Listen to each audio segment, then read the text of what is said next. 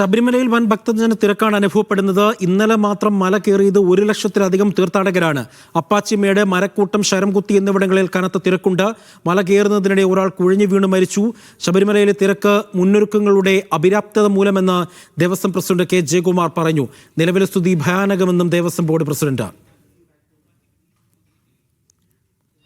ശബരിമലയിലെ 2ാം ദിവസമായ ഇന്ന് വൃശ്ചിക 2 ഇത്രയും തിരക്ക് ഞാൻ എൻ്റെ ജീവിതത്തിൽ കണ്ടിട്ടില്ല.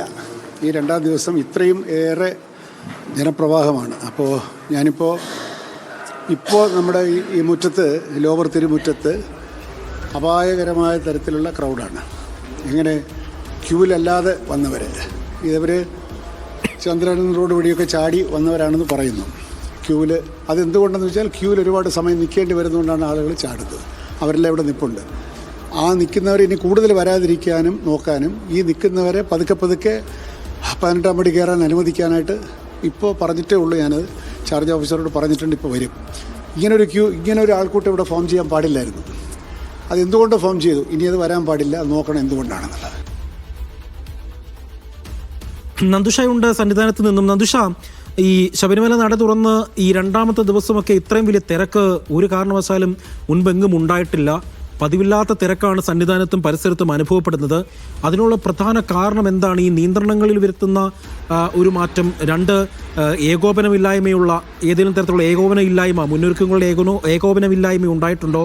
ഈ സ്പോട്ട് ബുക്കിങ്ങിൽ ക്രമാതീതമായി വർദ്ധിപ്പിക്കുന്നു എന്നതൊക്കെയുള്ള ആക്ഷേപങ്ങളൊക്കെ ഉണ്ട്. ശരിക്കും എന്താണ് സംഭവിച്ചത്? ഇപ്പോഴത്തെ ഒരു സ്ഥിതി എന്താണെന്നെന്തോ?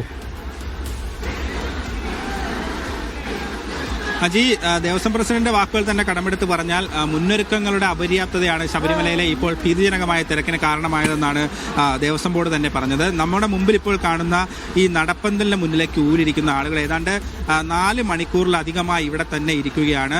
ഈ വ്യക്തികളൊക്കെ തന്നെ ഭക്ഷണവും ഒക്കെ ക്യൂവിലിരുന്ന് തന്നെ കഴിക്കുകയാണ്. വളരെ അവശരാണ്. കൃത്യമായ രീതിയിൽ അവർക്ക് ആവശ്യമായുള്ള സൗകര്യങ്ങളൊന്നും നൽകിയിട്ടില്ല. അതുകൊണ്ട് തന്നെയാണ് ഈ ക്യൂവിനുള്ളിൽ നിന്നും ആളുകൾ കുഴഞ്ഞു വീഴുന്ന ഒരു സംഭവമൊക്കെ ഉണ്ടായത്. ഇപ്പോൾ ഇന്നലെ വൈകുന്നേരം പമ്പയിലെത്തിയ ഒരാളോട് നമുക്ക് ചോദിക്കാം. ഇതുവരെ ദർശനം നടത്താനായില്ല എന്നാണ് അദ്ദേഹം പറയുന്നത്. ചേട്ടാ, എപ്പോഴാണ് ശബരിമല എത്തിയത്? ഞാൻ ഇന്നലെ വൈകുന്നേരം 4:30 മണിക്കാണ് പമ്പയിലെത്തിയത്. സ്വാമി ശരണം.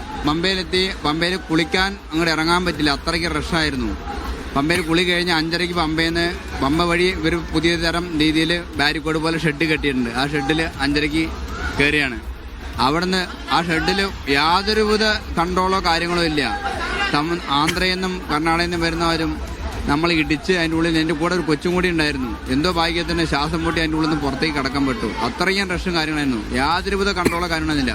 പമ്പ ഗണപതി ക്ഷേത്രത്തിൻ്റെ അതിൻ്റെ അടുത്തെത്തണം, അവിടെ വരെ മാത്രമേ, അതിന് താഴെ മാരാത്രയും പോലീസുകാരും ഇത്രയും സെക്യൂരിറ്റിയും സെക്കൻഡാകും. ഞാൻ ഇവിടെ സന്നിധാനത്തിന് ഇവിടെ എത്തിയപ്പോൾ രാവിലെ 10:30 മണി കഴിഞ്ഞു. ഇതേവരെ എനിക്ക് ദർശനത്തിന് പോകാൻ പറ്റിയില്ല. തിരക്ക് റഷ് കാരണം ഞാൻ ലൈനിൽ നിന്ന് പുറത്തേക്ക് കടന്നു. ഇപ്പോൾ അമ്പലം അടച്ചു കഴിഞ്ഞു, ചെയ്യാൻ കഴിഞ്ഞില്ല. അത്രയും ശോചനീയമായ അവസ്ഥയിലുള്ള തിരക്കാണ്. അത്രയും ബുദ്ധിമുട്ടായിട്ടാണ്. വരുന്ന വഴി റൂട്ട് മാറ്റി ഇവർ വിട്ടു. വരുന്ന വഴിയിൽ യാതൊരുവിധ സൗകര്യമില്ല.